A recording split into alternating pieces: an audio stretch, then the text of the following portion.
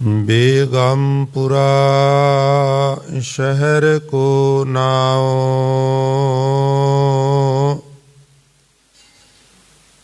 दुख अंधो नहीं ते ठाओ। ना तसवीस खिराज ना माल,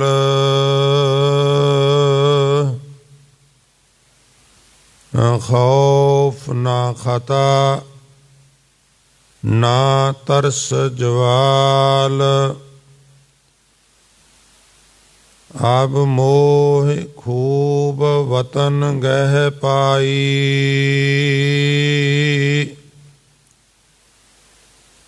ऊहा खैर सदा मेरे पाई। रहाओ कायम दायम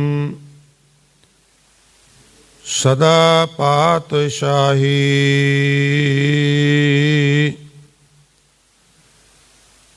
दोम ना सेम एक सो आही, आबादान सदा मशहूर।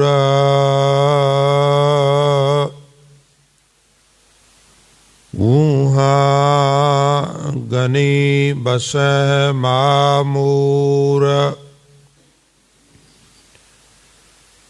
त्यों त्यों सैल करह ज्यों भावै। महरम महल न को अटकावै। कह रविदास खलास चमारा।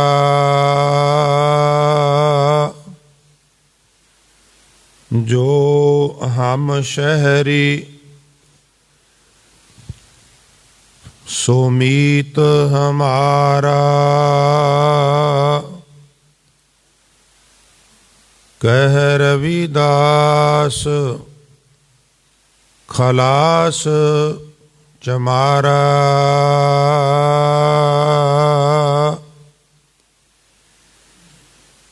जो हम शहरी सो मीत हमारा।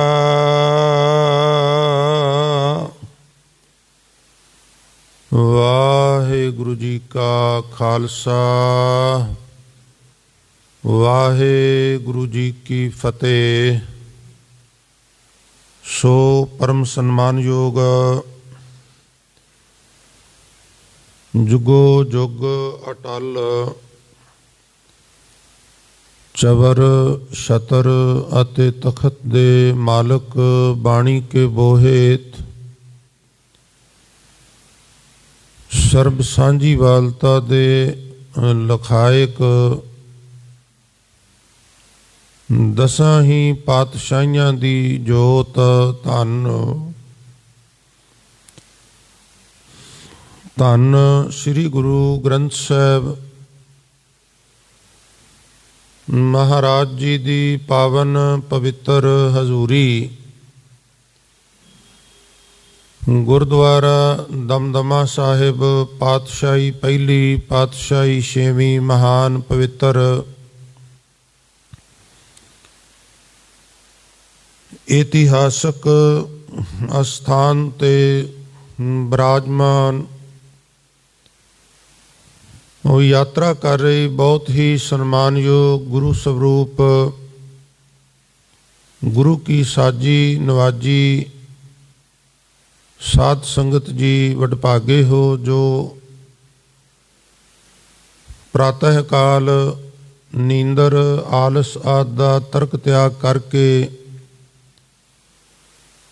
सतगुरु जी दे पावन चरनां विच पहुँच के गुरु सवारियां दी रसना तो आसा की वार दे शब्द कीर्तन सरवण करके ਲਾਹੇ ਪ੍ਰਾਪਤ ਕਰ ਰਹੇ ਸੋ ਗੁਰਦੇਵ ਸਾਰਿਆਂ ਦੀ ਤਿਲ ਫੁੱਲ ਸੇਵਾ ਹਾਜ਼ਰੀ ਦਰ ਪ੍ਰਵਾਨ ਕਰ ਸਭਨਾਂ ਨੂੰ ਦਰੋ ਕਰੋ ਨਾਮਦਾਨ। ਗੁਰਸਿੱਖੀ ਜੀਵਨ ਆਪਣੇ ਚਰਨ ਕਮਲਾਂ ਦੀ ਪ੍ਰੀਤ ਪ੍ਰਤੀਤ ਬਾਣੀ ਪੜ੍ਹਨ ਸੁਣਨ ਕੰਠ ਕਰਨ ਦਾ ਮਹਾਰਾਜ ਚਾਹ ਬਖਸ਼ਿਸ਼ ਕਰਨ।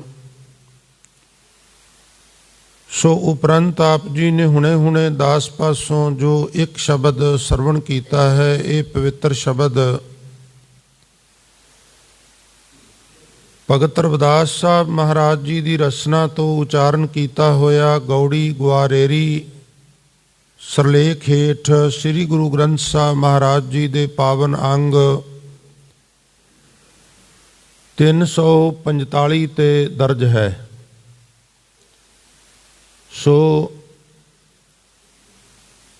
ਹਜ਼ੂਰ ਭਗਤ ਰਵਿਦਾਸ ਸਾਹਿਬ ਮਹਾਰਾਜ ਜੀ ਨੇ ਅੱਜ ਦੇ ਇਸ ਸ਼ਬਦ ਵਿੱਚ ਸਾਨੂੰ ਕੀ ਉਪਦੇਸ਼ ਬਖਸ਼ਿਸ਼ ਕੀਤਾ ਹੈ। ਆਓ ਸਤਸੰਗੀਓ, ਜਿਤਨੇ ਸਰੀਰ ਗੁਰੂ ਚਰਨਾਂ ਵਿੱਚ ਬਰਾਜੇ ਹੋ, ਆਪਾਂ ਰਲ ਮਿਲ ਕੇ ਇਸ ਸ਼ਬਦ ਦਾ ਜੋ ਭਾਵ ਹੈ ਉਹ ਸਮਝਣ ਸਮਝਾਉਣ ਦਾ ਯਤਨ ਕਰੀਏ। ਰੋਜ਼ਾਨਾ ਦੀ ਤਰ੍ਹਾਂ ਮਨ ਦੀ ਇਕਾਗਰਤਾ ਤੇ ਰਸਨਾ ਦੀ ਪਵਿੱਤਰਤਾ ਵਾਸਤੇ ਇੱਕ ਵਾਰ ਸਾਰੀ ਸੰਗਤ ਗੁਰਮੰਤਰ ਉਚਾਰਨ ਕਰੋ ਤੇ ਪਿਆਰ ਨਾਲ ਇਕੱਠੇ ਹੋ ਕੇ ਆਖੋ ਜੀ, ਸਤਨਾਮ ਸ੍ਰੀ। ਫਿਰ ਆਖੋ ਜੀ, ਸਤਨਾਮ ਸ੍ਰੀ। ਵਿਚਾਰਧੀਨ ਸ਼ਬਦ ਦੀਆਂ ਰਹਾਉ ਵਾਲੀਆਂ ਪੰਕਤੀਆਂ ਜਿਨ੍ਹਾਂ ਵਿੱਚ ਭਗਤ ਰਵਿਦਾਸ ਸਾਹਿਬ ਮਹਾਰਾਜ ਜੀ ਦਾ ਫਰਮਾਨ ਹੈ, ਅਬ ਹੁਣ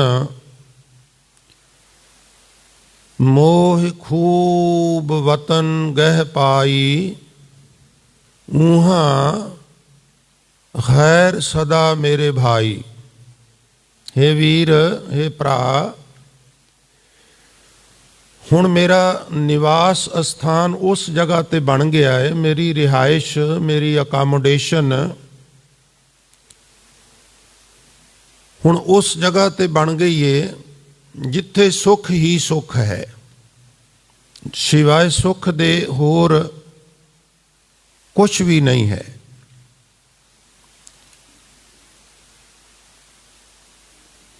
ਅਬ ਮੋਹ ਵਤਨ ਖੂਬ ਗਹਿ ਪਾਈ, ਹੁਣ ਮੈਂ ਮੇਰੇ ਵੀਰ ਉਹ ਵਤਨ, ਉਹ ਟਿਕਾਣਾ, ਉਹ ਸਥਾਨ ਲੱਭ ਲਿਆ ਹੈ, ਉਹ ਦੇਸ਼ ਲੱਭ ਲਿਆ ਹੈ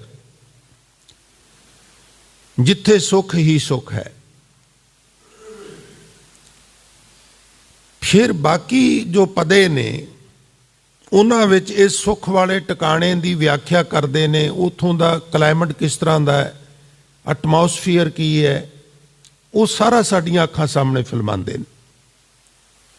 ਗੱਲ ਪ੍ਰਾਰੰਭ ਕਰਦੇ ਨੇ ਤੇ ਕਹਿੰਦੇ ਨੇ,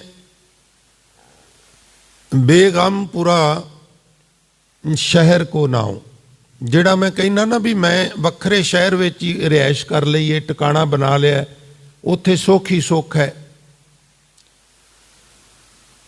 ਉਹਦਾ ਨਾਮ ਬੇਗਮਪੁਰਾ ਹੈ। ਭਾਵ ਜਿੱਥੇ ਕੋਈ ਗਮ ਨਹੀਂ। ਸਤ ਸੰਗਤ ਸਭ ਤੋਂ ਜ਼ਿਆਦਾ ਜਿਹੜਾ ਸਾਡਾ ਵਾਹ ਪੈਂਦਾ ਨਾ, ਉਹ ਗਮ ਨਾਲ ਪੈਂਦਾ। ਉਹਨੂੰ ਸਟ੍ਰੈਸ ਕਹਿ ਲਓ, ਉਹਨੂੰ ਟੈਨਸ਼ਨ ਕਹਿ ਲਓ, ਉਹਨੂੰ ਚਿੰਤਾ ਕਹਿ ਲਓ, ਉਹਨੂੰ ਝੋਰੇ ਕਹਿ ਲਓ, ਕੁਛ ਕਹਿ ਲਓ, ਪਰਿਆਇਵਾਚੀ ਸ਼ਬਦ ਨੇ। ਪਰ ਕੋਈ ਵਿਰਲਾ ਭਾਗਾਂ ਵਾਲਾ ਜਿਹੜਾ ਗਮਗੀਨ ਨਹੀਂ ਹੁੰਦਾ, ਜਿਹੜਾ ਨਿਰਾਸ਼ ਨਹੀਂ ਹੁੰਦਾ, ਫਰਸਟ੍ਰੇਸ਼ਨ, ਨਿਰਾਸ਼ਾਵਾਦੀ ਹੋਣਾ। ਭਗਤ ਰਵਿਦਾਸ ਸਾਹਿਬ ਮਹਾਰਾਜ ਕਹਿੰਦੇ ਨੇ, ਹੇ ਵੀਰ, ਹੁਣ ਮੈਂ ਉਸ ਸ਼ਹਿਰ ਵਿੱਚ, ਉਸ ਦੇਸ਼ ਵਿੱਚ ਟਿਕਾਣਾ ਕਰ ਲਿਆ ਹੈ ਜਿੱਥੇ ਸੁੱਖ ਹੀ ਸੁੱਖ ਹੈ। ਉਸ ਦਾ ਨਾਂ ਹੈ ਬੇਗਮਪੁਰਾ। ਔਰ ਮੈਂ ਬੇਨਤੀ ਕਰਾਂ, ਇਹ ਬੇਗਮਪੁਰਾ ਭੂਗੋਲਿਕ ਨਹੀਂ ਹੈ, ਇਹ ਬ੍ਰਹਿਮੰਡ ਦੇ ਕਿਸੇ ਖਿੱਤੇ ਵਿੱਚ ਨਹੀਂ ਹੈ ਜਿੱਥੇ ਫਿਜ਼ੀਕਲੀ ਸਾਡੀ ਪਹੁੰਚ ਹੋ ਸਕੇ। ਇਹ ਇੱਕ ਉੱਚੀ ਆਤਮਕ ਅਵਸਥਾ ਹੈ, ਜਿਸ ਅਵਸਥਾ ਦੇ ਵਿੱਚ ਜਾ ਕੇ ਕੋਈ ਗਮ ਮਨੁੱਖ ਨੂੰ ਪਾਉਂਦਾ ਨਹੀਂ। ਔਰ ਮਨੁੱਖ ਦੀ ਵਿਡੰਬਣਾ ਵੀ ਇਹੀ ਹੈ ਵੀ ਜਿਸ ਚੀਜ਼ ਨੂੰ ਇਹ ਬਾਹਰੋਂ ਭਾਲਦਾ ਹੈ, ਵਾਸਤਵ 'ਚ ਉਹ ਇਹਦੇ ਅੰਦਰ ਹੈ। ਸੁੱਖ ਦਾ ਖਜ਼ਾਨਾ, ਸੁੱਖ ਦਾ ਸੂਤਰ ਉਹ ਇਹਦੇ ਅੰਦਰ ਹੈ। ਤੋ ਹੇ ਵੀਰ, ਮੈਂ ਹੁਣ ਉੱਥੇ ਟਿਕਾਣਾ ਬਣਾ ਲਿਆ ਜਿੱਥੇ ਸੁੱਖ ਹੀ ਸੁੱਖ ਹੈ। ਪਹਿਲੀ ਗੱਲ ਉਹਦੀ ਮੈਂ ਨਿਸ਼ਾਨੀ ਦੱਸਾਂ, ਲੱਛਣ ਦੱਸਾਂ। ਉਹਦਾ ਨਾਂ ਹੈ ਬੇਗਮਪੁਰਾ।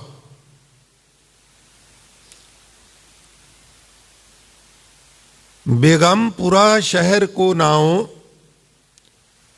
दुख अंदोह, उथे कोई दुख नहीं पौंदा। अंदोह ऐड़े ते टिप्पी ददे होड़ा हाहे औंकड़, अंदोह चिंता, उथे कोई चिंता भी नहीं है, ना उथे कोई दुख है ना उथे कोई चिंता है।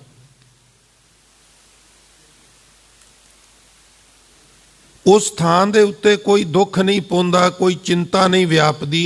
ये मेरी आत्मक अवस्था बन गई है, उच्ची आत्मक अवस्था बन गई है। भगत रविदास साहब महाराज कहते हैं।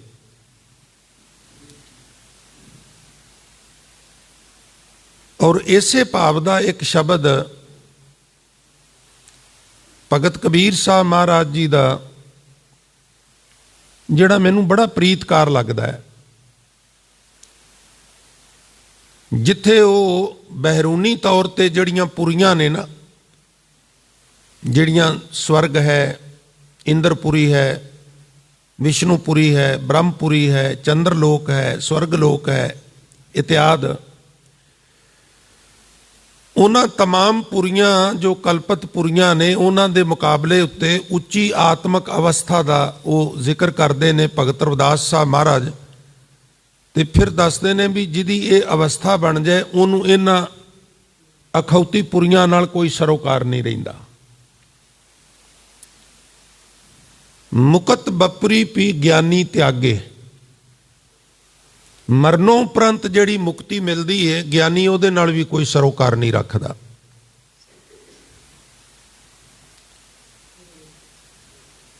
वो कहंदा कबीर सुरग नरक ते मैं रहे हो, सतगुर कै प्रसाद, चरण कमल की मौज में रहो अंत अर आद। ये जड़ी कही जाती स्वर्ग कही जाती नरक है, उहदे तो मैं पासे हाँ। सतगुरु की कृपा नाल सतगुर कै प्रसाद, चरण कमल की मौज में, वाहगुरू दे सोहणे चरण कमलों नूं जिहड़ा अंतरात्मे में जफा मारिया ना, रहो अंत अर आद, अंत तो आद तक, आद तो अंत तक उसे मस्ती विच ही। साडे वास्ते बहिश्त, साडे वास्ते स्वर्ग ये भी वाहगुरू सानू अपने चरनां दे कोल रखे। पिश्त नजीक राख रहमाना। सत्संगत इहदा असल उचारण है बहिश्त। उथे भब्बे नूं छियारी सस्से पैर टिप्पी तत्ता पिश्त लिखिया है, उहदे अर्थ करने ने बहिश्त। पिश्त ते थोड़ा जिहा विश्राम देना है ते कहना पिश्त मेरे वास्ते बहिश्त की है, नजीक राख रहमाना, मैनू अपने कोल रख। हे रहमान तेरी नेड़ता ही मेरे वास्ते बहिश्त है। कल्पत बहिश्त कल्पत स्वर्ग नाल मेरा कोई सरोकार नहीं। उत्थे भगत कबीर साहब महाराज कहंदे ने, तुसी वैसे अमृत कीर्तन कढ़ो ना, अमृत कीर्तन चो ये शब्द कढ़ लो, बेगमपुरा शहर को नाओ। हुण बेगमपुरा दे पर्यायवाची शब्द संभावां दे जो इहदे नाल लगदे ने, वो अमृत कीर्तन च पूरे गरे लगे पे ने। ਹੋਰ ਕਿੱਥੇ ਕਿੱਥੇ ਬਾਣੀਕਾਰਾਂ ਨੇ, ਭਾਈ ਗੁਰਦਾਸ ਨੇ ਇਹਦੀ ਪ੍ਰੌੜਤਾ ਕੀਤੀ ਹੈ। ਇਸ ਭਾਵ ਦੇ ਸ਼ਬਦ ਲਿਖੇ ਨੂੰ ਸਾਰੇ ਇੱਕ ਥਾਂ ਤੇ ਇਕੱਠੇ ਕਰ ਦਿੱਤੇ ਨੇ। ਕਬੀਰ ਸਾਹਿਬ ਮਹਾਰਾਜ ਕਹਿੰਦੇ ਨੇ, ਤਹ ਪਾਵਸ ਸਿੰਧ ਧੂਪ ਨਾ ਛਈਆ, ਤਹ ਉਤਪਤ ਪਰਲੋ ਨਾਹੀ। ਕਿੱਥੇ ਜਿਹਨੂੰ ਰਵਿਦਾਸ ਮਹਾਰਾਜ ਕਹਿੰਦੇ ਨੇ, ਅਬ ਮੋਹੇ ਖੂਬ ਵਤਨ ਗਹਿ ਪਾਈ, ਊਹਾਂ ਖੈਰ ਸਦਾ ਮੇਰੇ ਭਾਈ। ਉਹ ਅਵਸਥਾ ਜਿੱਥੇ ਹਮੇਸ਼ਾ ਸੁੱਖ ਹੀ ਸੁੱਖ ਹੈ, ਭਾਈ ਮੇਰਾ ਟਿਕਾਣਾ ਉੱਥੇ ਹੈ। ਉਸੇ ਟਿਕਾਣੇ ਦਾ ਜ਼ਿਕਰ ਕਰਦੇ ਹੋਏ ਭਗਤ ਕਬੀਰ ਸਾਹਿਬ ਕਹਿੰਦੇ ਨੇ, ਜਿਹੜਾ ਉਸ ਟਿਕਾਣੇ ਤੇ ਅੱਪੜ ਜਾਂਦਾ ਹੈ ਉਹਦੀ ਫਿਰ ਅਵਸਥਾ ਬਣਦੀ ਹੈ, ਤਹਿ ਪਾਵਸ ਸਿੰਧ ਧੂਪ ਨਹੀਂ ਛਈਆ। ਪਾਵਸ ਕਹਿੰਦੇ ਨੇ ਮੀਂਹ ਨੂੰ, ਬਾਰਿਸ਼ ਨੂੰ, ਬੱਦਲਾਂ ਨੂੰ, ਤੇ ਬੱਦਲਾਂ ਦਾ ਦੇਵਤਾ ਮੰਨਿਆ ਗਿਆ ਇੰਦਰ ਦੇਵਤੇ ਨੂੰ।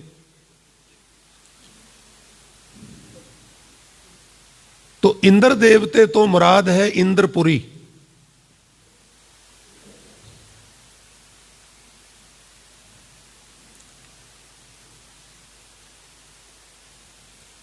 ਵਾਹਿਗੁਰੂ ਸਮਤ ਬਖਸ਼।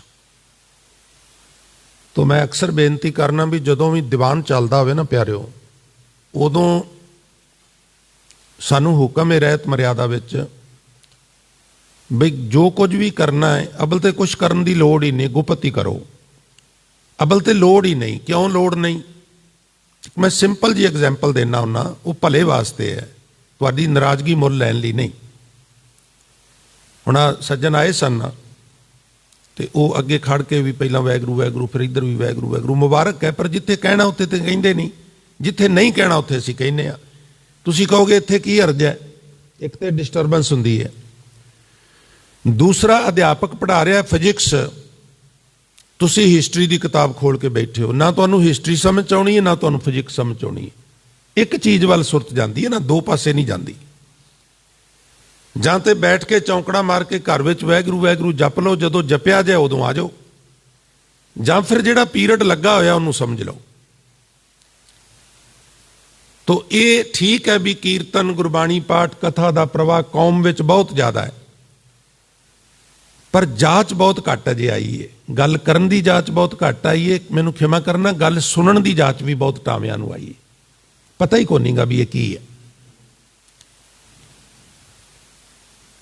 ਤੋ ਕਈ ਬੜੇ ਮਾਣ ਨਾਲ ਕਹਿ ਦਿੰਦੇ ਨਾ, ਵਿਗਿਆਨੀ ਜੀ ਅਸੀਂ ਜਿੰਨਾ ਚਿਰ ਮੱਥਾ ਨਾ ਟੇਕੀਏ ਗੁਰਦੁਆਰੇ, ਉਹਨਾਂ ਚਿਰ ਅਸੀਂ ਦੁਕਾਨ ਨਹੀਂ ਖੋਲਦੇ। ਔਰ ਇਹਨੂੰ ਬੜਾ ਮਾਰ ਕੇ ਦਾ ਕੰਮ ਅਸੀਂ ਸਮਝਨੇ ਆ। ਮੈਂ ਨਾਰਾਜ਼ ਨਹੀਂ ਕਰਦਾ ਵੀ ਤੁਸੀਂ ਮੱਥਾ ਨਾ ਟੇਕੋ, ਪਰ ਤੁਸੀਂ ਕਦੀ ਆਤਮ ਮੰਥਨ ਕਰਿਆ ਜੇ, ਇਕੱਲੇ ਬਹਿ ਕੇ ਸੋਚਿਆ ਜੇ, ਜਦੋਂ ਦੁਕਾਨ ਤੇ ਜਾਣ ਤੋਂ ਪਹਿਲਾਂ ਅਸੀਂ ਭੱਜੇ ਭੱਜੇ ਸਕੂਟਰ ਕਾਰ ਖਿਲਾਰ ਕੇ ਉੱਪਰ ਚੜ੍ਹਨੇ ਆ, ਬੂਟ ਖੋਲ ਕੇ, ਹੱਥ ਧੋ ਕੇ, ਮੱਥਾ ਟੇਕ ਕੇ, ਤੇ ਫਿਰ ਜਦੋਂ ਸਾਹਮਣੇ ਆ ਕੇ ਖੜੇ ਹੁੰਨੇ ਆ, ਕਹਿੰਨੇ ਕੀ ਆ? ਮਿੰਟ ਤੇ 2 ਲੱਗਦੇ ਨੇ ਮੱਥਾ ਟੇਕ ਕੇ ਪਰਿਕਰਮਾ ਕਰਕੇ ਭੱਜਣ ਨੂੰ। ਕਦੀ ਆਤਮ ਮੰਥਨ ਕਰਿਓ, ਉਹ 2 ਮਿੰਟਾਂ ਵਿੱਚ ਅਸੀਂ ਗੁਰੂ ਗ੍ਰੰਥ ਸਾਹਿਬ ਨੂੰ 5-6 ਆਰਡਰ ਕਰਕੇ ਜਾਂਦੇ ਆ ਵੀ ਆ 5-6 ਕੰਮ ਨੇ, ਭਲਕੇ ਮੈਂ ਟਾਈਮ ਕੱਢ ਕੇ ਆਵਾਂਗਾ ਤੇ ਮੇਰੇ ਆਉਂਦਿਆਂ ਨੂੰ ਹੋਣੇ ਚਾਹੀਦੇ ਨੇ। ਜਿਵੇਂ ਰਾਮੂ ਨੂੰ ਕਹੀਦਾ ਨਾ ਵੀ ਰਾਮੂ ਮੈਂ ਦਫ਼ਤਰ ਚੱਲਿਆ, ਮੇਰੇ ਆਉਂਦਿਆਂ ਨੂੰ ਸਾਰੇ ਕੰਮ ਹੋਏ ਹੋਣ।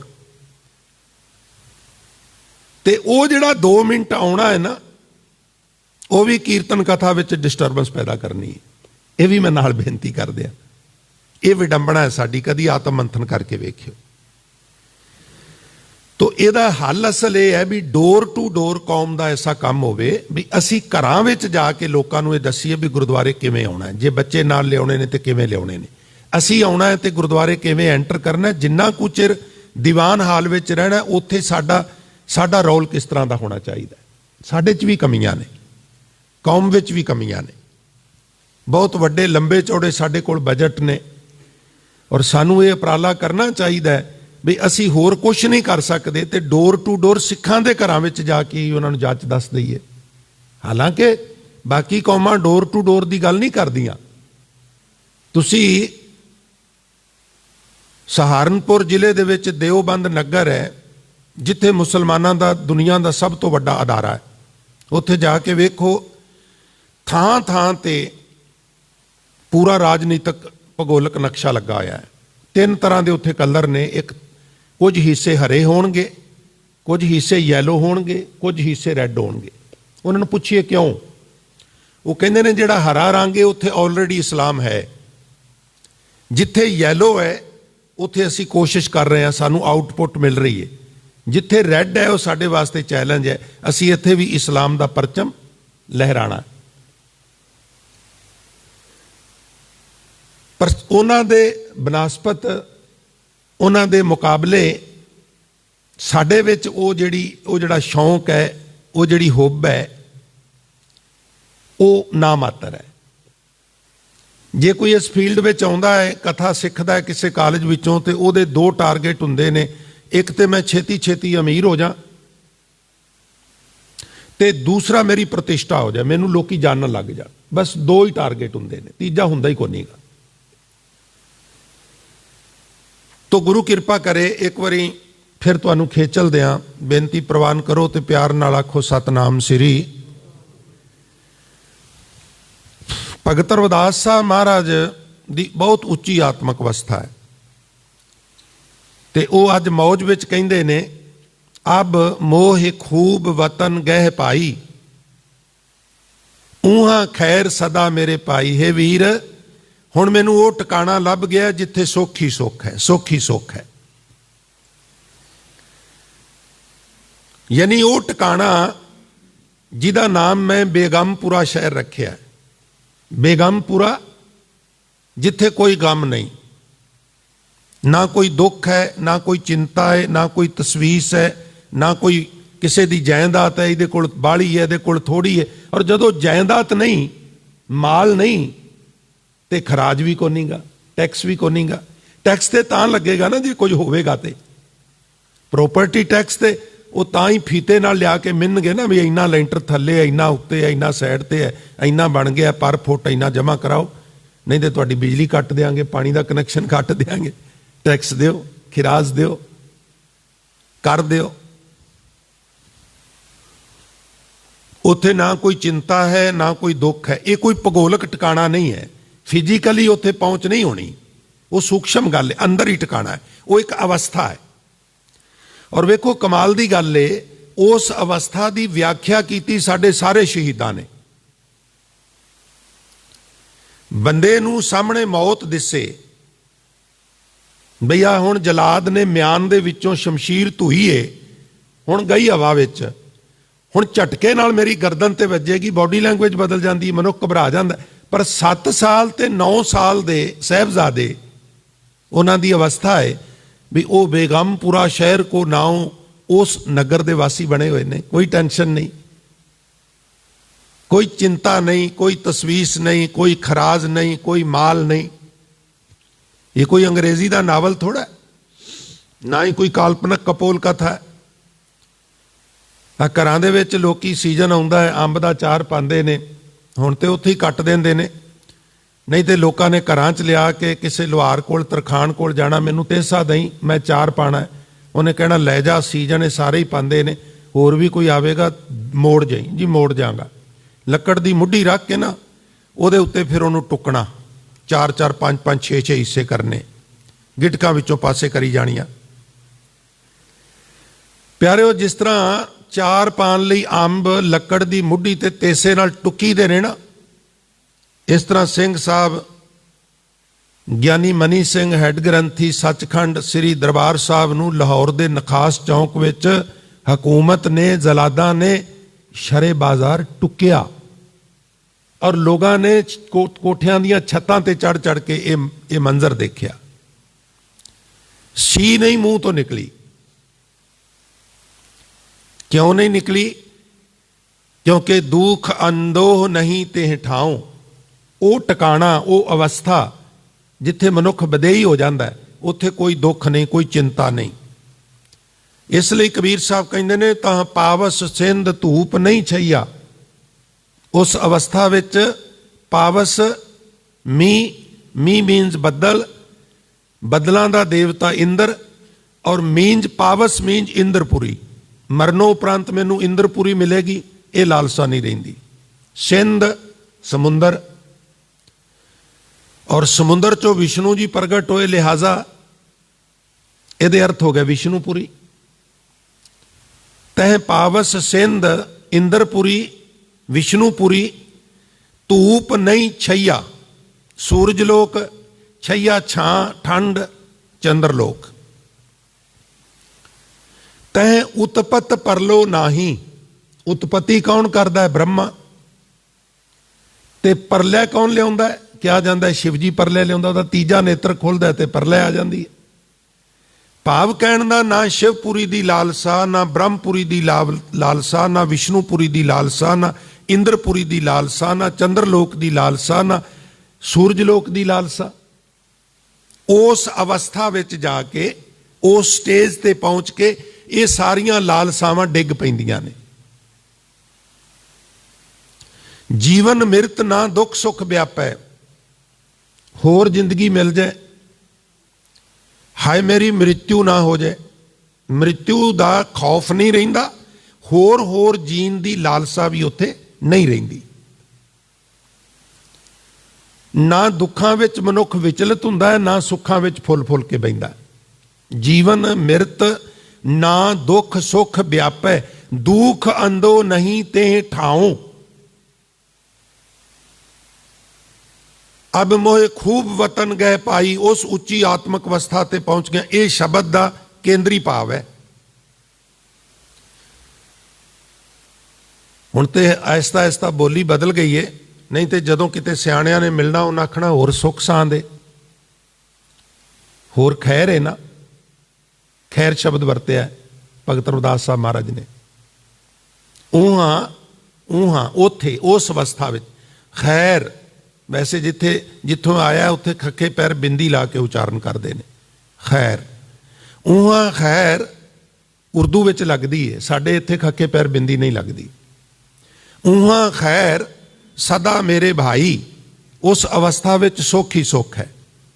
एक बारी बेनती प्रवान करके तुसी भी ये शब्द कहो, ताकि अज दा शब्द जिहड़ा है वो साडे जहन विच रवे भी ਇਹਦਾ ਕੇਂਦਰੀ ਪਾ। एक ਉੱਚੀ आत्मक अवस्था का जिक्र है, जिथे दुख आउंदे ने मनुख नूं विचलित नहीं कर सकते, सुख आउंदे ने मनुख नूं हंकारी नहीं कर सकते।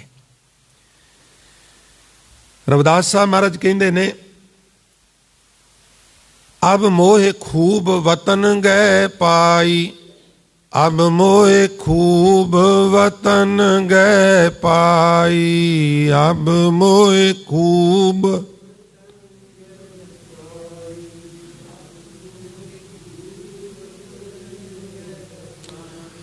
अब मोहे खूब वतन गए पाई, अब मोहे खूब वतन गए पाई, अब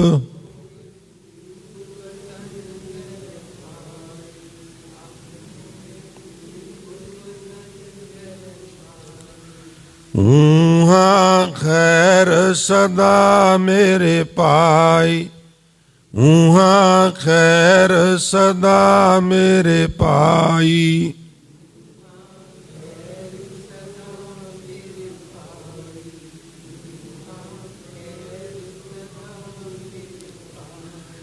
ऊहां खैर सदा मेरे भाई, ऊहां खैर सदा मेरे भाई।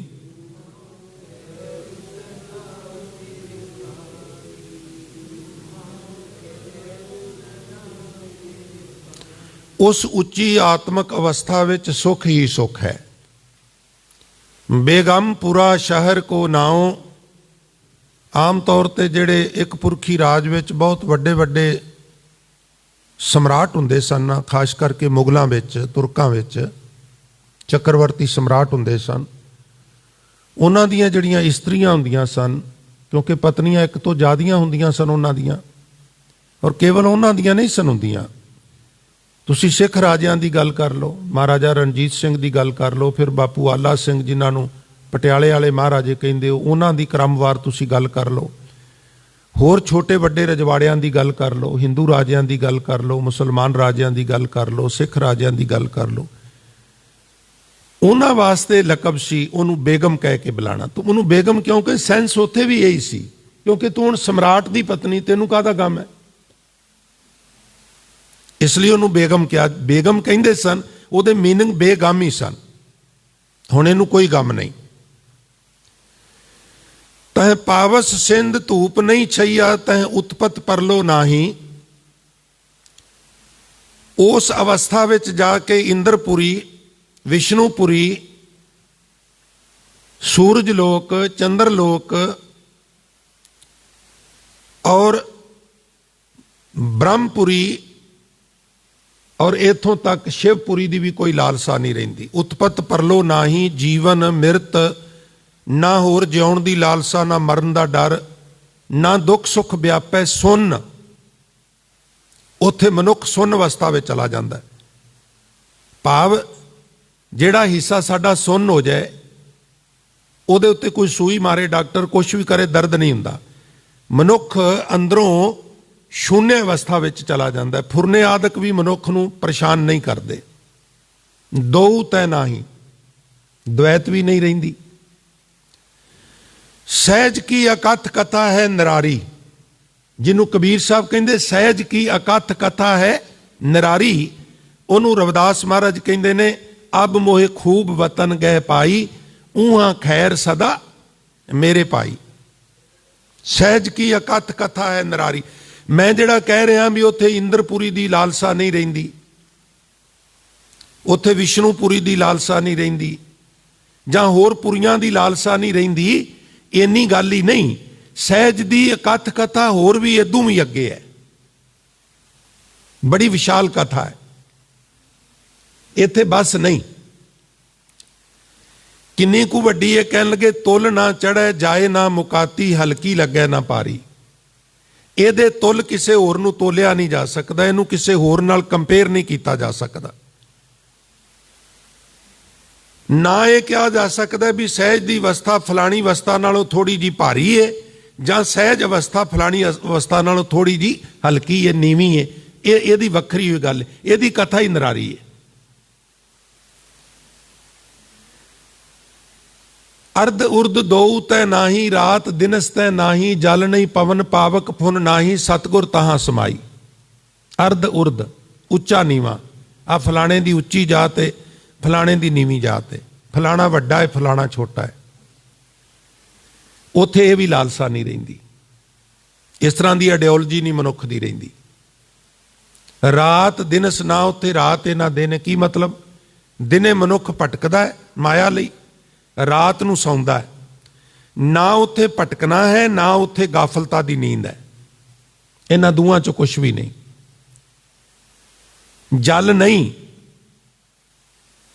ਪਵਨ ਪਾਵਕ ਫੁਨ ਨਾਹੀ। ਹੁਣ ਵੇਖੋ ਸਾਧ ਸੰਗਤ, ਜਿੰਨਾ ਚਿਰ ਗੁਰਬਾਣੀ ਦੇ ਭਾਵ ਅਰਥ ਨਾ ਸਮਝੇ ਜਨ ਗੱਲ ਨਹੀਂ ਬਣਦੀ। ਜਲ ਦੇ ਅਰਥ ਤੇ ਪਾਣੀ ਨੇ, ਪਵਨ ਹਵਾ ਹੈ, ਪਾਵਕ ਅੱਗ ਹੈ। ਉੱਥੇ ਅੱਗ ਵੀ ਨਹੀਂ, ਪਾਣੀ ਵੀ ਨਹੀਂ, ਹਵਾ ਵੀ ਨਹੀਂ, तो फिर बात नहीं बनती। ये पद अर्थ ने, फिर सरल अर्थ होने ने, और असल गल मुकनी है भाव अर्थां ते। जल की करदा? चिकड़ करदा। उत्थे वकारां दा चिकड़ नहीं, उस अवस्था विच जाके वकार डिग पैंदे ने। पवन हवा, हवा रुखसत करदी है, हवा जिहड़ी है वो हरकत विच रहिंदी है। साडा मन भी हरकत विच रहिंदा, मन दी भटकना भी मुक जांदी है। पवन मैंने मन दी भटकना मुक जाती है। पावक अग, अग केड़ी है? तृष्णा दी। अग केड़ी है? ईरखा दी। होर भी बहुत अग्गां ने गुरबाणी विच जिक्र है। ये अग भी उत्थे जाके बुझ जाती है। जल नहीं, पवन पावक फुन नाही, सतगुर तहां समाही। अगम अगोचर रहे निरंतर। जिहड़ा वैगुरू अगम है, अपहुंच है, अगोचर साडे ज्ञान इंद्रियां दी पहुंच तो परां है। जिन्हों असीं कहने उत्थों तक साडी पहुंच नहीं, वो अगम है, वो अगोचर है। वो साडे फिर अंदर रहिंदा है, और ईवन निरंतर रहिंदा है, लगातार रहिंदा है। दिने हुंदा रात नूं चला जांदा, ऐसा नहीं। अगम अगोचर रहे निरंतर। नाल लिखिया गुर किरपा ते लही है। ਇਹ ਪ੍ਰਾਪਤੀ ਇਸ ਅਵਸਥਾ ਦੀ ਗੁਰੂ ਦੀ ਕਿਰਪਾ ਨਾਲ ਹੁੰਦੀ ਹੈ। ਮਨੁੱਖ ਕਿਤਨਾ ਹੀ ਵਿਦਵਾਨ ਹੋਵੇ, ਕਿਤਨਾ ਹੀ ਧਨਵਾਨ ਹੋਵੇ, ਕਿਤਨਾ ਹੀ ਪਹਿਲਵਾਨ ਹੋਵੇ, ਆਪਣੇ ਯਤਨ ਨਾਲ ਇਹ ਅਵਸਥਾ ਪ੍ਰਾਪਤ ਨਹੀਂ ਕਰ ਸਕਦਾ। ਗੁਰੂ ਕੋਲ ਤਰਲਾ ਕਰਨਾ ਚਾਹੀਦਾ, ਗੁਰੂ ਵਾਲੇ ਬਣਨਾ ਚਾਹੀਦਾ, ਗੁਰੂ ਜਪਣਾ ਚਾਹੀਦਾ, ਔਰ ਗੁਰੂ ਨੂੰ ਸਮਝ ਕੇ ਫੋਲੋ ਵੀ ਕਰਨਾ ਚਾਹੀਦਾ। ਅਸਲ ਗੁਰੂ ਵਾਲੇ ਬਣਨ ਦਾ ਮਕਸਦ ਇਹ ਹੀ ਹੈ। ਇਹ ਨਹੀਂ ਵੀ ਇੱਕ ਦਿਨ ਗਏ 2-3 ਘੰਟਿਆਂ ਦੀ ਉਹ ਪ੍ਰੋਸੈਸਿੰਗ ਹੈ, ਗਾਤਰਾ ਪਾ ਕੇ ਆ ਗਏ ਤੇ ਹੁਣ ਬਾਹਰ ਨਿਕਲਾਂਗੇ ਤੇ ਕ੍ਰਾਂਤੀ ਆ ਜਾਏਗੀ। ਇਹ ਵੀ ਮੈਂ ਬੇਨਤੀ ਕਰਦੇ ਹਾਂ, ਇਹ ਤੇ ਦਾਖਲਾ ਹੈ। ਅਸੀਂ ਬੱਚਿਆਂ ਨੂੰ ਸਕੂਲ ਪੜ੍ਹਨੇ ਪਾਉਂਦੇ ਹਾਂ, ਔਰ ਹੁਣ ਜਿਸ ਤਰ੍ਹਾਂ ਦਾ ਵਾਤਾਵਰਨ ਹੈ ਉਹ ਤੇ ਨਾ ਹੀ ਹੈ। ਇੱਕ ਬੱਚੇ ਨੂੰ ਅਸੀਂ ਵਾਤਾਵਰਨ ਖਰੀਦ ਕੇ ਦਿੰਦੇ ਹਾਂ, ਕਰਨਾ ਤੇ ਸਭ ਕੁਝ ਆਪ ਹੀ ਪੈਂਦਾ, ਸਭ ਕੁਝ ਆਪ ਕਰਨਾ ਪੈਂਦਾ। ਪਰ ਜਦੋਂ ਧਾਰਮਿਕ ਫੀਲਡ ਦੀ ਗੱਲ ਹੁੰਦੀ ਹੈ, ਉਥੇ ਨਾ ਅਸੀਂ ਹੋਮਵਰਕ ਕਰੀਏ ਔਰ ਨਾ ਅਸੀਂ ਕਲਾਸ ਹੀ ਢੰਗ ਨਾਲ ਲਾਈਏ। ਇਹ ਕਲਾਸ ਹੀ ਤੇ ਲੱਗੀ ਹੋਈ ਹੈ, ਹੋਰ ਕੀ ਹੈ। ਜਦੋਂ ਧਾਰਮਿਕ ਵਿਦਿਆ ਦੀ ਟੀਚਰ ਦੀ ਗੱਲ ਹੈ, ਉੱਥੇ ਡਿਫਰੈਂਟ ਸਟੋਰੀ ਹੈ। ਜਦੋਂ ਪ੍ਰੀਚਰ ਦੀ ਗੱਲ ਆਵੇ, ਨਾ ਕੋਈ ਹੋਮਵਰਕ, ਨਾ ਫਿਰ ਕੋਈ ਸਕੂਲ ਵਾਲਾ ਵਰਕ, ਤੇ ਫਿਰ ਕਿਵੇਂ ਗੱਲ ਬਣੇਗੀ ਪਿਆਰਿਓ? ਫਿਰ ਕੱਲੇ ਪ੍ਰੀਚਰ ਨੂੰ ਦੋਸ਼ ਦਿੱਤਿਆਂ ਕਿਵੇਂ ਗੱਲ ਬਣੇਗੀ? ਪ੍ਰੀਚਰ ਵੀ ਕੋਈ ਬ੍ਰਹਮ ਗਿਆਨੀ ਨਹੀਂ ਹੁੰਦੇ। ਜਿਹੜੇ ਤੁਹਾਡੇ ਕੋਲ 7-7, 8-8, 10-10 ਹਜ਼ਾਰ ਨੂੰ ਨੌਕਰੀਆਂ ਕਰਦੇ ਨਾ, ਉਹ ਬ੍ਰਹਮ ਗਿਆਨੀ ਨਹੀਂ। ਜਿਨ੍ਹਾਂ ਬ੍ਰਹਮ ਗਿਆਨੀਆਂ ਬਾਰੇ ਕਿਹਾ ਵੀ ਰਿੱਧੀਆਂ ਸਿੱਧੀਆਂ ਉਹਨਾਂ ਦੇ ਪਿੱਛੇ ਤੁਰੀਆਂ ਫਿਰਦੀਆਂ ਨੇ। ਜਿਵੇਂ ਟੀਚਰ ਆਪਣਾ ਪ੍ਰੋਸਪੈਕਟ ਵੇਖ ਕੇ, ਅੱਜ ਦਾ ਟੌਪਿਕ ਵੇਖ ਕੇ ਤਿਆਰੀ ਕਰਕੇ ਬੱਚਿਆਂ ਨੂੰ ਪੜ੍ਹਾਉਂਦਾ ਹੈ, ਇਸ ਤਰ੍ਹਾਂ ਪ੍ਰੀਚਰ ਜਿਹੜੇ ਨੇ ਆਪਣਾ ਸ਼ਬਦ ਵੇਖ ਕੇ ਉਹਨੂੰ ਫਰੇਮ ਕਰਕੇ ਆ ਜਾਂਦੇ ਨੇ। ਕੋਈ ਕਿਸੇ ਵਿਰਲੇ ਵਾਂਗੇ ਗੁਰਮੁਖ ਪਿਆਰੇ ਦੀ ਬਾਤ ਬਣੀ ਹੋਵੇ ਉਹ ਤੇ ਮੈਂ ਕਹਿ ਨਹੀਂ ਸਕਦਾ, ਵਰਨਾ ਮੇਰਾ ਲਾਣਾ ਮੈਨੂੰ ਪਤਾ, ਮੈਨੂੰ ਆਪਣਾ ਵੀ ਪਤਾ ਮੈਂ ਕਿੱਥੇ ਖੜਾ ਵਾਂ। ਤੋ ਪੜ੍ਹਨਾ ਪੜ੍ਹਾਉਣਾ ਸਾਨੂੰ ਆਪ ਨੂੰ ਸਾਰਿਆਂ ਨੂੰ ਪਏਗਾ। ਭਾਵੇਂ ਕਿੰਨਾ ਹੀ ਮਨੁੱਖ ਵਿਦਵਾਨ ਹੋਵੇ, ਉਹਨੂੰ ਗੁਰੂ ਦੀ ਮਦਦ ਤੇ ਲੈਣੀ ਹੀ ਪਏਗੀ ਨਾ, ਗੁਰਬਾਣੀ ਸਮਝਣੀ ਪਏਗੀ। ਤੇ ਗੁਰਬਾਣੀ ਨੂੰ ਸਮਝਾਉਣ ਦਾ ਯਤਨ ਹੀ ਤੇ ਹੈ ਕਥਾ, ਹੋਰ ਹੈ ਕੀ। ਅਗੰਮ ਅਗੋਚਰ ਰਹਿ ਨਿਰੰਤਰ ਗੁਰ ਕਿਰਪਾ ਤੇ ਲਈਐ, ਕਹੋ ਕਬੀਰ ਬਲ ਜਾਉ ਗੁਰ ਆਪਣੇ, ਸਤ ਸੰਗਤ ਮਿਲ ਰਹੀ ਹੈ। ਇੱਕ ਮੈਂ ਅਕਸਰ ਬੇਨਤੀ ਕਰਨਾ ਉਹਨਾਂ, ਅੱਜ ਵੀ ਕਰਦੇ ਹਾਂ, ਮਾਹੌਲ ਬਣਿਆ ਹੈ। ਸਤ ਸੰਗਤ ਮਿਲ ਰਹੀ ਹੈ, ਸੰਗਤ ਵਿੱਚ ਮਿਲੇ ਰਹਿਣਾ ਹੈ, ਯਤਨ ਕਰਨਾ ਸੰਗਤ ਕਰਨ ਦਾ। ਕਿਤਨੇ ਵੀ ਸਿੱਖ ਜਾਈਏ, ਹੁਣ ਮੈਨੂੰ ਬਹੁਤ ਪਤਾ ਲੱਗ ਗਿਆ। ਫਿਰ ਵੀ ਇਹ ਆਖੀਏ ਵੀ ਮਨ ਤੂੰ ਮਤ ਮਾਣ ਕਰੈ, ਜੇ ਹਉ ਕਿਛ ਜਾਣਦਾ ਗੁਰਮੁਖ ਨਿਮਾਣਾ ਹੋ। ਕਹੋ ਕਬੀਰ ਬਲ ਜਾਓ ਗੁਰ ਆਪਣੇ, ਆਪਣੇ ਗੁਰੂ ਤੋਂ ਸਦਕੇ ਜਾ, ਜਿਹੜਾ ਐਡੀ ਉੱਚੀ ਅਵਸਥਾ ਬਣਾ ਦਿੰਦਾ। ਬਲਿਹਾਰੀ ਗੁਰ ਆਪਣੇ ਦਿਉਹਾੜੀ ਸਦਵਾਰ, ਜਿਨ ਮਾਨਸ ਤੇ ਦੇਵਤੇ ਕੀਏ ਕਰਤ ਨਾ ਲਾਗੀ ਬਾਰ। ਜੇ 100 ਚੰਦਾ ਉਗਵਹਿ ਸੂਰਜ ਚੜ੍ਹੈ ਹਜ਼ਾਰ, ਲਿਖਿਆ ਏਤੇ ਚਾਨਣ ਹੁੰਦਿਆਂ ਗੁਰ ਬਿਨ ਘੋਰ ਅੰਧਾਰ। ਫਿਰ ਅੱਗੇ ਇੱਕ ਹੋਰ ਸ਼ਲੋਕ ਹੈ, ਮਹੱਲਾ ਪਹਿਲਾ। ਨਾਨਕ ਗੁਰੂ ਨਾ ਚੇਤਨੀ, ਗੁਰੂ ਵਾਲੇ ਨਹੀਂ ਬਣਦੇ, ਗੁਰੂ ਨਹੀਂ ਜਪਦੇ। ਤੇ ਕੀ ਕਹਿੰਦੇ ਨੇ? ਮਨ ਆਪਣੇ ਸੁਚੇਤ। ਮੈਨੂੰ ਪਤਾ ਹੈ ਵੀ 5 ਕਕਾਰ ਕਿਹੜੇ ਨੇ, 4 ਕਰੈਤਾਂ ਕਿਹੜੀਆਂ ਨੇ, ਨਿਤਨੇਮ ਦੀਆਂ ਬਾਣੀਆਂ ਕਿਹੜੀਆਂ ਨੇ, 5 ਪਿਆਰਿਆਂ ਦੇ ਨਾਂ, 4 ਸਾਹਿਬਜ਼ਾਦਿਆਂ ਦੇ ਨਾਂ, ਨਿਤਨੇਮ ਦੀਆਂ ਬਾਣੀਆਂ ਦੇ ਨਾਂ ਮੈਨੂੰ ਪਤਾ ਨੇ। ਮੈਂ ਹੁਣ ਕੀ ਸਿੱਖ ਕੇ ਲੈਣਾ? ਮੈਂ ਤੇ ਸੁਚੇਤ ਹਾਂ, ਮੈਂ ਕੋਈ ਅਚੇਤ ਥੋੜਾ ਵਾਂ ਵੀ ਮੈਂ ਸਹਾਰਾ ਲੈਂਦਾ ਫਿਰਾਂ ਗੁਰੂ ਦਾ। ਤੇ ਗੁਰੂ ਨਾਨਕ ਸਾਹਿਬ ਮਹਾਰਾਜ ਕੀ ਕਹਿੰਦੇ ਨੇ? ਆਸਾ ਕੀ ਵਾਰ ਦੇ ਪਹਿਲੇ ਸੈੱਟ ਦਾ ਸ਼ਲੋਕ ਹੈ, 3 ਸ਼ਲੋਕ ਨੇ, 1 ਪੌੜੀ ਹੈ। ਹਜ਼ੂਰ ਕਹਿੰਦੇ ਨੇ, ਨਾਨਕ ਗੁਰੂ ਨਾ ਚੇਤਨੀ, ਮਨ ਆਪਣੇ ਸੁਚੇਤ। ਹੁਣ ਰਿਜ਼ਲਟ ਵੇਖਿਆ ਜੇ, ਨਤੀਜਾ ਛੁੱਟੈ ਤਿਲ ਬੁਆੜ ਜਿਉ ਸੁਣਿਐ ਅੰਦਰ ਖੇਤ। ਹੁਣ ਇਹ ਤੇ ਮੇਰਾ ਖਿਆਲ ਹੈ ਬਹੁਤ ਘੱਟ ਪ੍ਰੇਮੀਆਂ ਨੂੰ ਛੱਡ ਕੇ ਸਿਆਣਿਆਂ ਨੂੰ ਵੀ ਨਹੀਂ ਪਤਾ, ਤੇ ਜਿਹੜੇ ਬੱਚੇ ਨੇ ਉਹਨਾਂ ਨੂੰ ਤੇ ਪਤਾ ਹੀ ਕੀ ਹੋਣਾ, ਜਿਹੜੇ ਜਿਨ੍ਹਾਂ ਦੇ ਜਨਮ ਹੀ ਸ਼ਹਿਰਾਂ 'ਚ ਹੋਏ ਨੇ। ਸਾਧ ਸੰਗਤ, ਤਿਲਾਂ ਦੇ ਦਾਣੇ, ਤਿਲਾਂ ਦਾ ਅਨਾਜ, ਤਿਲਾਂ ਦਾ ਤੇਲ ਵਗੈਰਾ ਤੇ ਤੁਸੀਂ ਜਾਣਦੇ ਹੋ, ਆਖਰ ਇਹ ਵੀ ਫਸਲ ਜ਼ਮੀਨ 'ਚੋਂ ਹੀ ਪੈਦਾ ਹੁੰਦੀ ਹੈ। ਸਾਡੇ ਇੱਥੇ ਤਿਲਾਂ ਦੀ ਖੇਤੀ ਖਤਮ ਹੋ ਗਈ ਹੈ ਜਦੋਂ ਦੇ ਟਿਊਬਵੈਲ ਲੱਗੇ ਨੇ, ਬਿਜਲੀ ਸਰਪਲਸ ਹੋਈ ਹੈ।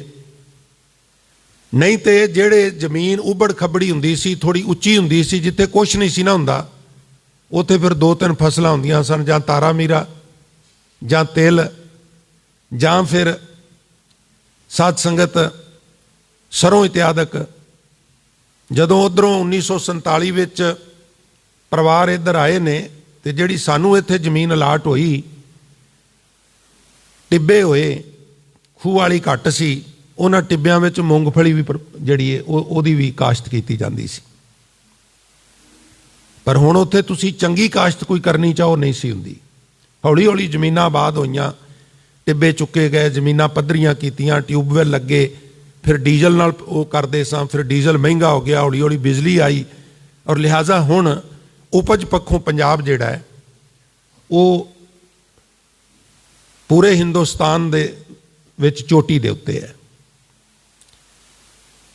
ਇੱਕ ਫਸਲ ਹੈ ਤਿਲਾਂ ਦੀ, ਜਦੋਂ ਤਿਲਾਂ ਦੀ ਫਸਲ ਤਿਆਰ ਹੋ ਜਾਂਦੀ ਨਾ ਸਾਧ ਸੰਗਤ, ਫਿਰ ਕਿਸਾਨ ਦਾਤਰੀਆਂ ਲੈ ਕੇ ਜਾਂਦੇ, ਉਹਨੂੰ ਵੱਢਦੇ, ਉਹਦੇ ਵਿੱਚ ਹੀ ਬੁਆੜ ਦੇ ਬੂਟੇ ਹੁੰਦੇ। ਬੁਆੜ ਦੇ ਬੂਟੇ ਦਾ ਰੂਪ, ਰੰਗ, ਕੱਦ, ਕਾਠ, ਫੁੱਲ, ਫਲੀਆਂ ਸਭ ਕੁਝ ਸੇਮ, ਸਭ ਕੁਝ ਸੇਮ ਹੁੰਦਾ। ਕੀ ਇਹ ਫਰਕ ਕੀ ਹੈ?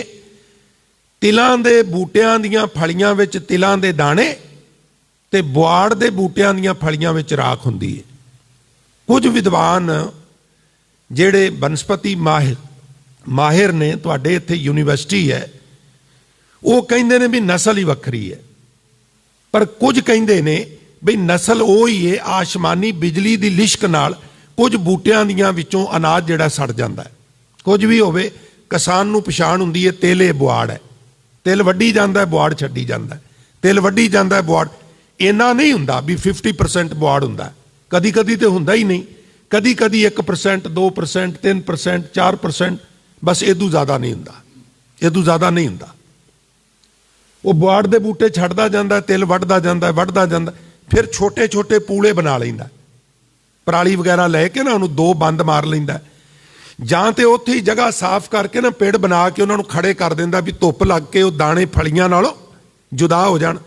ਫਿਰ ਉਹਨੂੰ ਕੁਛ ਲੰਮਾ ਚੌੜੀ ਪ੍ਰੋਸੈਸਿੰਗ ਨਹੀਂ ਹੁੰਦੀ, ਉਹਨੂੰ ਪਕੜ ਕੇ ਉਲਟਾ ਕਰਨਾ ਹੁੰਦਾ ਔਰ ਬੀਜ ਥੱਲੇ ਡਿੱਗ ਪੈਂਦੇ ਨੇ। ਇੱਕ ਵਾਰ ਫਿਰ ਖੜੇ ਕਰ ਦਈਦੇ ਨੇ ਵੀ ਜਿਹੜੇ ਅਜੇ ਵੀ ਨਹੀਂ ਨਾਲੋਂ ਹਟੇ ਉਹ ਹਟ ਜਾਣ, ਇੱਕ ਧੁੱਪ ਹੋਰ ਲਵਾ ਕੇ ਫਿਰ ਦੁਬਾਰਾ ਕੱਢ ਲਈਦੇ ਨੇ। ਜਾਂ ਫਿਰ ਕਿਸਾਨ ਗੱਡੇ ਤੇ ਲੱਦ ਕੇ ਸਾਰੇ ਤਿਲਾਂ ਨੂੰ ਆਪਣੇ ਘਰ ਲੈ ਜਾਂਦਾ, ਸਾਂਭ ਕੇ ਰੱਖਦਾ, ਉੱਥੇ ਜਾ ਕੇ ਉਹਨਾਂ ਚੋਂ ਫਲੀਆਂ ਚੋਂ ਦਾਣੇ ਕੱਢਦਾ। ਦੂਜੇ ਪਾਸੇ ਹੁਣ ਖੇਤ ਵਿੱਚ ਜਿਹੜਾ ਬੁਆੜ ਰਹਿ ਗਿਆ ਉਹ ਪੈਲੀ ਵਿਹਲੀ ਹੋ ਗਈ ਹੈ। ਹੁਣ ਪਤਾ ਲੱਗ ਗਿਆ ਪਾਲੀਆਂ ਨੂੰ, ਕੋਈ ਭੇਡਾਂ ਵਾਲਾ, ਕੋਈ ਬੱਕਰਾਂ ਵਾਲਾ, ਬੱਕਰੀਆਂ ਵਾਲਾ, ਕੋਈ ਗਾਵਾਂ ਵਾਲਾ, ਕੋਈ ਮੱਝਾਂ ਵਾਲਾ, ਕੋਈ ਊਠਾਂ ਵਾਲਾ, ਕਈ ਤਰ੍ਹਾਂ ਦੇ ਜਾਨਵਰ ਨੇ ਨਾ ਪਾਲਤੂ। ਉਹ ਫਿਰ ਸਾਰੇ ਉਸ ਖੇਤ ਵਿੱਚ ਲੈ ਜਾਂਦੇ, ਖੇਤ ਖਾਲੀ ਹੋ ਗਿਆ ਬਈ, ਉਹਦੇ 'ਚ ਘਾਹ ਬੜਾ। ਹੁਣ ਕਿਸੇ ਬੁਆੜ ਦੇ ਬੂਟੇ ਨੂੰ ਬੱਕਰੀ ਮਰੁੰਡ ਗਈ, ਭੇਡ ਮਰੁੰਡ ਗਈ, ਗਾਂ ਮਰੁੰਡ ਗਈ, ਕਿਸੇ ਨੂੰ ਮੱਝ ਮਿੱਧ ਗਈ, ਕਿਸੇ ਨੂੰ ਵੱਢ ਕੇ ਕੋਈ ਗਰੀਬ ਗੁਰੂਬਾ ਲੈ ਗਿਆ ਬਈ ਬਾਲਣ ਦਾ ਕੰਮ ਲਵਾਂਗੇ। ਹੁਣ ਉਹ ਜਿਹੜੇ ਬੁਆੜ ਦੇ ਬੂਟੇ ਸਨ ਉਹਨਾਂ ਦਾ ਇਹ ਹਸ਼ਰ ਹੋਇਆ, ਉਹਨਾਂ ਦੇ ਕਈ ਮਾਲਕ ਬਣ ਗਏ।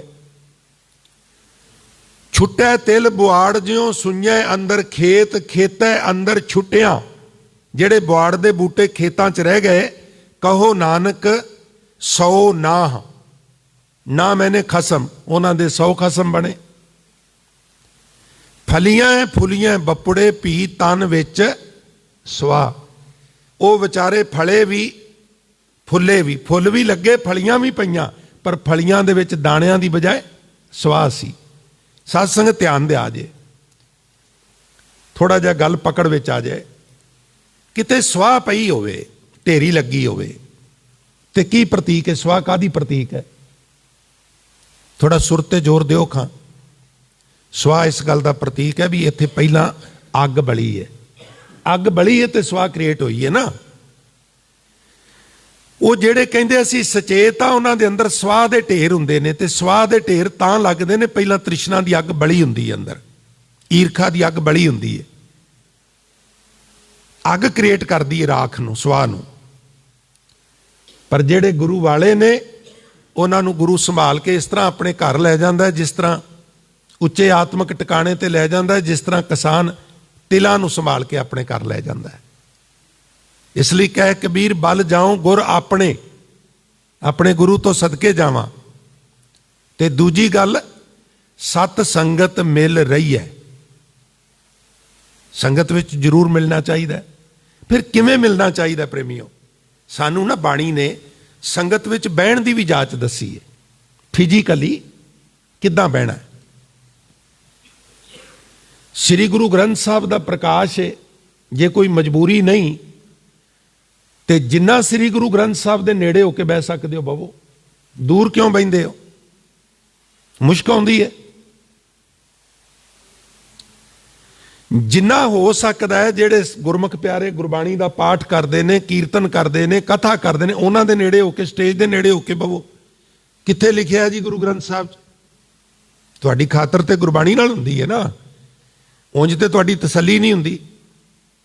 ते पढ़ो गुरबाणी। सत संगत मिल रही है माधो, जैसे मदप मखीरा। हुण मदप मखीरा वेख्या होवे ते पता लगे। वो तो मातड़ा ने जिन्हां ने जंगलों च जंगल हांडे ने पशु चारदियां, उन्हां वेख्या भी जदों किसे माखियों तक मनुख की पहुँच ना होवे, उन्हां नूं नसीब हो जाए ना खाना, फिर राणी मक्खी कहंदी लुटो। तुसीं हैरान हो जाओगे फिर जदों लुटदियां ने ना एक दूजे दे उत्ते चढ़ चढ़ के, एक दे उत्ते दूजी चढ़ गई, दूजी तीजी ते तीजी, यानी अगे हो के, सेंस अगे हो के।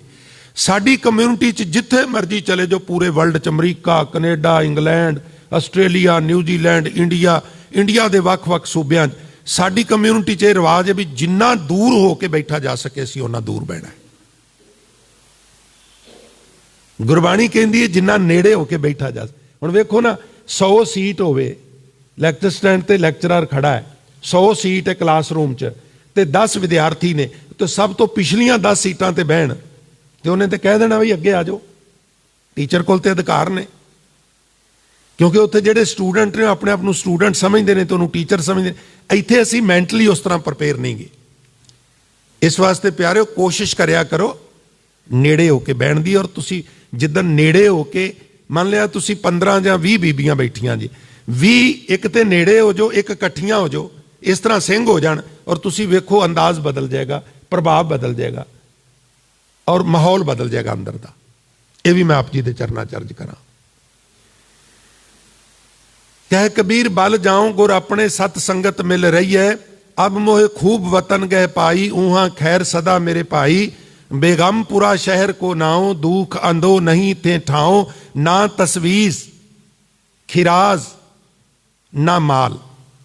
उस अवस्था विच जाके ना सत संगत कोई दुख नहीं, अंधो चिंता नहीं, ना कोई तस्वीस है, खिराज है माल। माल मैंने जायदाद, हुण जदों जायदाद ही नहीं तो खिराज भी नहीं, टैक्स भी नहीं। उस अवस्था विच कोई टैक्स नहीं लगता। उच्ची आत्मक कोई नाम जपे बई, असीं सुनिया रोज 2 घंटे सवेरे नाम जपना, इनकम टैक्स वाले आ जाना, हाँ जी मैं जपना, मेरा टैक्स दे, फिर तू बड़ा नाम इकट्ठा कर लिया। कोई टैक्स लगता? कोई नहीं लगता। उंज तुसी रिटर्ना ना भरो, चेता भुल जाए ना तो वकील का फोन आ जाता भी महाराज तुसी आए नहीं। जिहड़ी डेट है वो खत्म होने वाली है, 2-4 दिन का वक्त है, तो तुसी छेती आओ, अपनी प्रोसैसिंग पूरी करो, नहीं तो तुहानू नोटिस आ जाएगा इनकम टैक्स का बैंगलोर तो, हैड ऑफिस तो। नाम के उत्ते तो कोई टैक्स नहीं ना प्यारे हो। भगत रविदास साहब महाराज कहते हैं जिहड़ी मेरी उच्ची आत्मक अवस्था है उत्थे किसी कोल कोई जायदाद नहीं सिवाय नाम दे, इसलिए उत्थे कोई टैक्स भी नहीं गा, कोई खिराज नहीं गा। खौफ ना खता ना तरस जवाल, ना उत्थे कोई डर है किसी का, ना उत्थे खता मैंने गलती। उस अवस्था विच मनुख कोलों गलती हुंदी ही कोनी गी, मिसटेक हुंदी ही कोनी गी। तरस और जवाल, ना उत्थे जवाल मैंने कोई घाटा है। उस अवस्था विच कोई घाटा नहीं पैंदा, वाधा ही वाधा हुंदा है। उत्थे अवस्था बनती है खावें खर्चे रल मिल भाई, तोट ना आवे वध हो जाई वाली अवस्था बनती है। कायम दायम सदा पातशाही। दायम जिहड़ा अखर है दद्दे कन्ना ईड़ी शारी मम्मा, दायम दे अर्थ ने सदा, ते कायम पातशाही। जिहड़ी पातशाही है सदा वास्ते कायम रहिंदी है। वेखो डेमोक्रेसी विच कोई जित के आ जाए 5 साल हो रहेगा, कोई जरूरी नहीं बाद विच, लोगों की मर्जी है। और ये जिहड़ी अंदरली पातशाही है ना, ये 5 साल वास्ते नहीं मिलती, ये हमेशा वास्ते मिल जाती है जिन्होंने मिल जाए, इनू कोई खो नहीं सकता। और जेड़े जपदे ने उन्होंने महाराज पातशाह कहते हैं ना, जिसनों बख्शे सिफत साला नानक पातशाही पातशाह। वो जिहड़ी पातशाही है वो कायम दायम सदा पातशाही, दोम ना सेम। उथे ना कोई 2 नंबर है, ना कोई 1 नंबर है, ना कोई 3 नंबर है। ब्राह्मण 1 नंबर है, खत्री 2 नंबर है, वैस 3 नंबर है, शूदर 4 नंबर है। कहते ना पट्ठियां ते तुसी जाओ ना ते महंगियां इट्टां ने जी, वो कहते फिर दोम लै जाओ। नहीं जी ये भी महंगी है, वो कहते फिर सेम लै जाओ। पहलियां अव्वल फिर दोम फिर सेम, क्वालिटी है ना। उस अवस्था में जाके कोई वड्डा छोटा नहीं, कोई 1 नंबर 2 नंबर 3 नंबर नहीं। जेड़े देश का मैं वासी हाँ उत्थे सब इक्को जिहे ने, कोई गरीब नहीं, कोई अमीर नहीं, कोई उच्चा नहीं, कोई नीवा नहीं, कोई 1 नंबर नहीं, कोई 2 नंबर नहीं, कोई 3 नंबर। आओ उस शहर के वासी बनीए। भगत रविदास साहब महाराज कहते तुसी भी मेरे नाल रवो। दोम ना सेम 100 आही आबाद दान। इनू जे स्पष्ट पढ़ना हो ना, लिखा ऐड़े कन्ना बब्बे कन्ना दद्दे कन्ना ते नन्ना। जिहड़ी रागमाला तुसी पढ़दे हो उहदे च एक शब्द आउंदा सावरी। ऐड़े कन्ना सस्से कन्ना वाह वाह रारे बिहारी। जदों भोग पैंदा है सहज पाठ अखंड पाठ साहब दा, ते साडे पाठी सिंह कहंदे ने आसावरी। वो भी पाठ फलोच करना है आसावरी, आसावरी आसावरी नहीं। ਇਹਦਾ पाठ ਜਿਹੜਾ है 2 ਅੱਖਰਾਂ ਦੇ ਸਮੇਲ ਨਾਲੇ आबाद प्लस आन। आन जिमें फेर वसाया फेरू आन। हुण फेरू ते ना है, आन ਜਿਹੜਾ नाल लग गया श्री गुरु ग्रंथ साहब वो समझण वाला। आबाद आन, आबाद वसदा रसदा। आबाद शब्द ਜਿਹੜਾ ਸਾਡੇ ਇੱਥੇ बड़ा ਵਰਤਿਆ ਗਿਆ। शेख साहब ने 2 नगर वसाए ने ਸਾਡੇ ਇੱਥੇ ਖਿੱਤੇ 'ਚ, एक फरीदकोट ते एक फरीदाबाद। फरीदाबाद मीन फरीद आबाद, फरीद आबाद फलोच कहोगे तो फरीदाबाद फरीदाबाद बन जाएगा। आबाद आन जेड़े नगर च मैं वसना ना, वो उजड़िया पुजड़िया नगर नहीं गा। ये ना समझो भी रविदास कला ही उत्थे रहिंदा है ना, वो आबाद है पूरी तरह। बड़े लोग उत्थे होर भी रहिंदे ने। वो पुछो जपजी साहब च गुरु नानक साहब नूं, पहला वो कहंदे ने असंख मूर्ख अंधखोर, असंख चोर हराम खोर, असंख गलवड हत्या कमाए, असंख पापी भैड़े भी असंखां ने।